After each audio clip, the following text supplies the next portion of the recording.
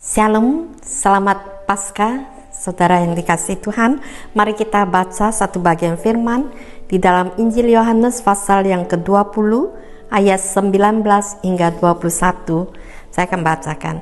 Ketika hari sudah malam pada hari pertama minggu itu, dan murid-murid berada di suatu tempat dengan pintu-pintu terkunci karena mereka takut kepada para pemuka Yahudi. Datanglah Yesus dan berdiri di tengah-tengah mereka dan berkata, "Damai sejahtera bagi kamu." Sesudah berkata demikian, ia memperlihatkan tangan dan lambungnya kepada mereka. Murid-murid itu bersuka cita ketika mereka melihat Tuhan. Kata Yesus sekali lagi, "Damai sejahtera bagi kamu. Sama seperti Bapa mengutus aku, sekarang aku juga mengutus kamu."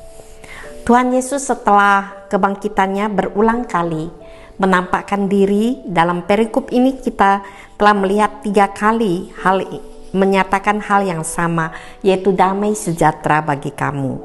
Tuhan Yesus menyatakan damai sejahtera bagi kamu dalam 3 aspek kehidupan kita.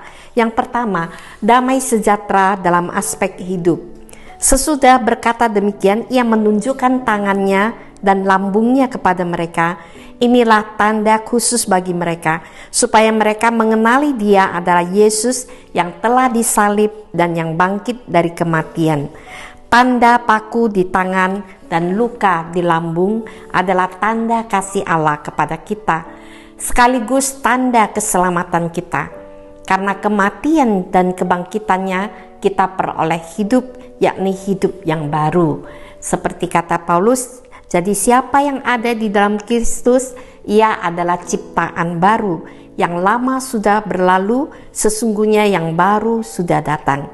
Hidup yang diperdamaikan dengan Bapa dan masuk dalam anugerah Allah, kita yang percaya dosa diampuni sehingga mengalami damai di dalam hidup. Yang kedua, damai dalam kehidupan. Ini berkaitan dengan tugas dan tanggung jawab kita serta seluruh kegiatan kita. Ayat 21 dikatakan, "Sama seperti Bapa mengutus aku, demikian juga sekarang aku mengutus kamu." Artinya mengutus mereka mengemban tugas pemberitaan Injil. Pergi memberitakan Injil, maka damai Allah menyertai kita.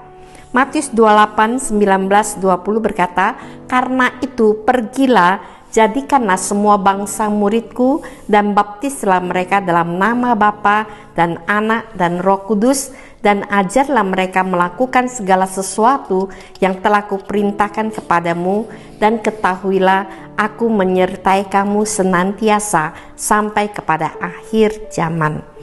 Oleh janji damainya ini, kita sanggup mengemban apapun yang dipercayakan kepada kita, karena Ia sendiri yang akan meneguhkan apapun yang kita lakukan dalam nama Yesus. Seperti pemazmur berkata, "Kiranya kemurahan Tuhan Allah kami atas kami, dan teguhkanlah perbuatan tangan kami." Ya, perbuatan tangan kami, teguhkanlah itu. Saat kita merasa tidak sanggup serta berbeban berat, maka janjinya berkata, "Marilah kepadaku semua yang letih lesu dan berbeban berat, aku akan memberi kelegaan kepadamu." Yang ketiga, damai dalam kepercayaan. Hal ini dikatakan secara khusus bagi Thomas. Kita yang sudah percaya dan mengikut Yesus, hendaknya tanpa ragu-ragu dan hidup penuh penyerahan.